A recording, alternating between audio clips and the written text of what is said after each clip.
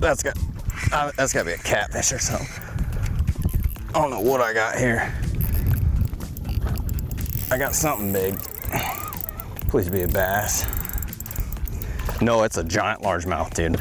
Oh my gosh. It is a big old giant largemouth. Come on, come on, get in here, get in here, get in here, get in here. Dude, it's a giant. Oh my gosh. Oh my gosh. I told you I could see him down there on that Mega 360. I told you I could see him.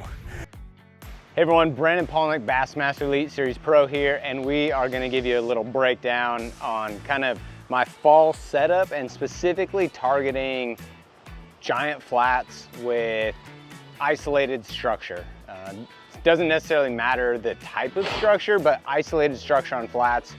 And I find that very advantageous when they start to get a lot of pressure, right? Where guys are looking for the typical points and humps and obvious stuff. Sometimes looking at your Humminbird Lake Master charts, finding those deeper flats, or sometimes, you know, those mid-depth flats, 5 to 10 foot, where those contours separate out. You can do a depth highlight, make them stand out on your Lake Master chart. And then I'm gonna use my Mega side imaging, and I'm gonna idle those places, looking for isolated grass patches, brush piles, rock piles, some sort of structure that is going to allow those fish to kind of hold to it, and a place that if the bait is swimming by and funneling by, that's even better. That's just gonna hold more fish, and it's gonna hold more fish that are transitioning, right, where they can use it as a stopping point. And then when I'm actually dropping my trolling motor, when I decide I find a place I'm gonna fish, I'm gonna use my Mega Live, my Mega 360 for boat positioning, and I'm gonna target those with a bunch of different baits, right? If I'm in that mid-depth zone that I really like to target, I'm probably gonna start out with a crankbait, something like a Mega Bass Z3, smaller in size, can still make a super long cast to keep the boat away from those pressured fish. And I'm gonna be able to get it down there and burn that through the rock, down the grass, you know, or brush pile, whatever it may be.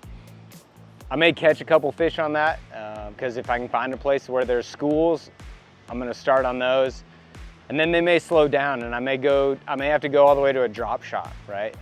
You know, places like Santee Cooper throwing an X-Zone Deception worm, green pumpkin blue, it's my favorite go-to color. Throwing that on a drop shot, that worm is gonna float up and it's gonna be neutrally buoyant, and it's gonna stay horizontal in the water column, and that's gonna give you a lot more natural approach. And in the fall, as that water starts to turn over and it starts to cool and you start to get a lot of mud and, you know, soft bottom and debris from over the summer breaking down, that drop shot is gonna keep that bait up off the bottom where it's not gonna disappear down into that muck and mud, and it's gonna allow you to get more bites keeping that out of that muck. So that's why I reach for that over a football jig or a Texas rig a lot of times in the fall, is that you can get a finesse presentation, but you can keep that bait up in the fish's face a lot better. So if you're struggling, trying to figure out where those fish are going, look for those flats, you know, halfway back in the creeks or at the mouths of the creeks, the less obvious stuff.